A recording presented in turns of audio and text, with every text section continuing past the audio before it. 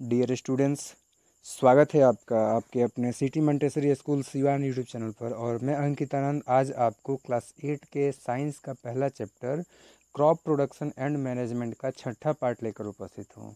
बात करें तो इसके पहले जो है हमने एग्रीकल्चरल प्रैक्टिसेस और एग्रीकल्चर से संबंधित बहुत सारे टॉपिक्स कवर करा दिए हैं।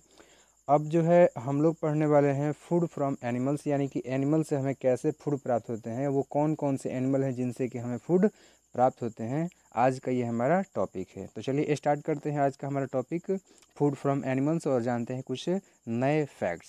तो देखो यहाँ पे बताया जा रहा है कि like plants animals too are equally beneficial for providing different types of food.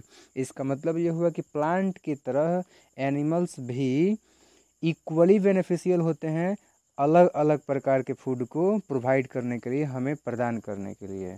देखो आगे क्या बता रहा है कि most of the people from coastal areas usually consume fish as main part of their diet. इसका अर्थ हुआ ये कि जो कोस्टल रीजन होता है, समुद्री जो इलाके होते हैं, तटीय जो क्षेत्र होते हैं, वहाँ के अधिकांश लोग मछलियों को अपने डाइट के मेन पार्ट के रूप में यूज करते हैं।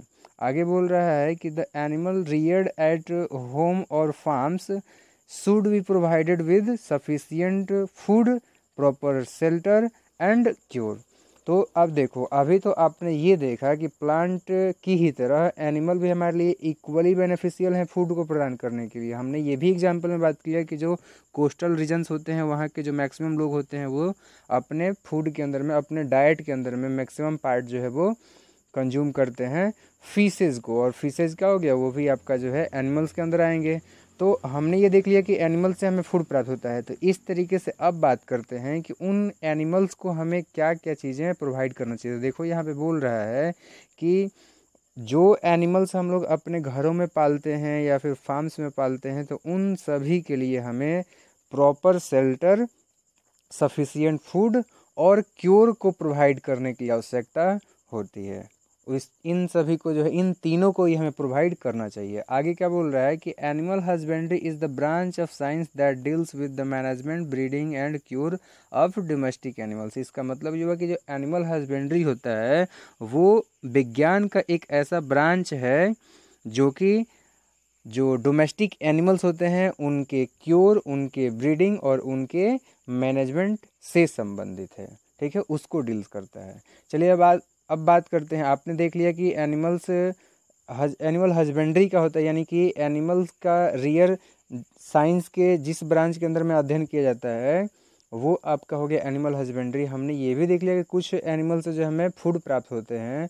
अब कुछ और भी ऐसे ही एनिमल्स का हम लोग चर्चा करेंगे। तो देखो यहाँ बोल रहा है कि poultry animals like hens and ducks are a sources egg of egg and meat. तो यहाँ पे ये बोल रहा है कि जो पोल्ट्री एनिमल्स होते हैं, जैसे कि हेन्स हो गई, डक हो गया, तो ये जो है मीट और अंडे का, इन दोनों के ही जो है सोर्सेज हैं।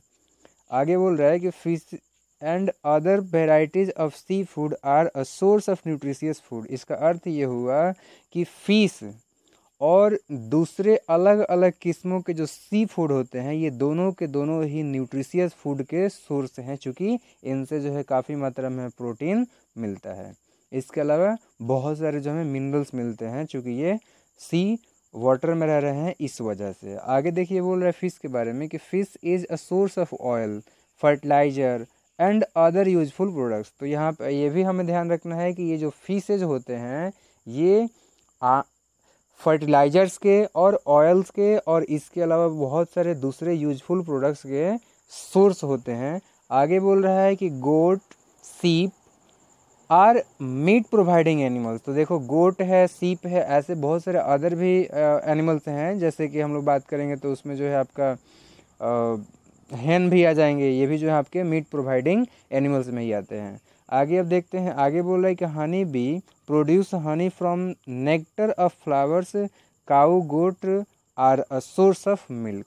तो और भी हमने 2-3 एग्जाम्पल ले सकते हैं हम लोग। जैसे कि हनी बी का बता रहा है कि हनी बी जो है वो फूलों के जो नेक्टर होते हैं उन सभी से हनी को बनाते हैं, जो कि हमारे लिए अगेन काफ़ी बेनिफिशियल होता है, प्लस वो एक फूड का जो है आपका पार्ट हो गया। दूसरी बात करते हैं हम लोग गोट और काऊ का, तो ये जो है हमारे लिए मिल्क के अच्छे स्रोत हैं। तो इस तरीके से हमने देखा कि फिशेज़ का, एक बार मैं रिवाइज करा देता हूँ, हमने देखा कि पौधों की तरह एनिमल्स भी हमारे लिए काफ़ी यूजफुल हैं, उनसे भी हमें कई तरह के फूड मिलते हैं।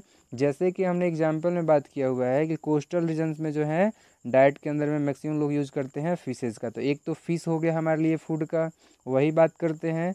अच्छा, ये भी हमने देखा है कि एनिमल हस्बेंड्री जो है उनका ब्रांच है, यानी कि एनिमल्स जो हमारे डोमेस्टिकेटेड एनिमल्स होते हैं उन सभी का स्टडी जो है आपका एनिमल हस्बेंड्री था, जिसमें कि हम लोग डोमेस्टिक जो एनिमल्स हैं उनके क्योर के बारे में, ब्रीडिंग के बारे में और मैनेजमेंट के बारे में स्टडी करते हैं। तो पहले तो हमने बात किया था कि फिशेज़ के बारे में, फिशेज़ से जो हमें फूड मिलता है। इसके अलावा जो है पोल्ट्री एनिमल्स जो हैं, जैसे कि हैन हो गई या फिर डक हो गए, तो ये जो है हमें क्या प्रोवाइड करते हैं, ये हमें दो चीज़ें प्रोवाइड करते हैं फूड के रूप में, एक है एग और दूसरा है आपका मीट। इसके अलावा हमने बात किया था फिश का, तो मैंने बता दिया, और भी कुछ और भी एनिमल्स हो सकते हैं। जैसे कि एग्जाम्पल अगर बात किया जाएगा तो एग्जाम्पल में आपका गोट हो जाएंगे, सीप हो जाएंगे, ये दोनों के दोनों जो है मीट प्रोवाइडिंग एनिमल्स हैं।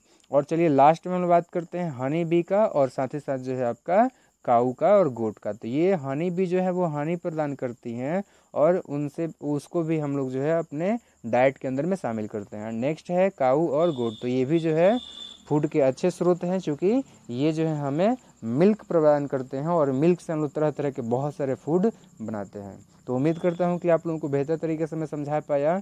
ऑलमोस्ट ये चैप्टर जो है कंप्लीट हो चुका है, सिवाय एक एक्टिविटी का। तो उस एक्टिविटी को भी मैं अगले वीडियो लेक्चर में बता दूंगा। Thank you very much.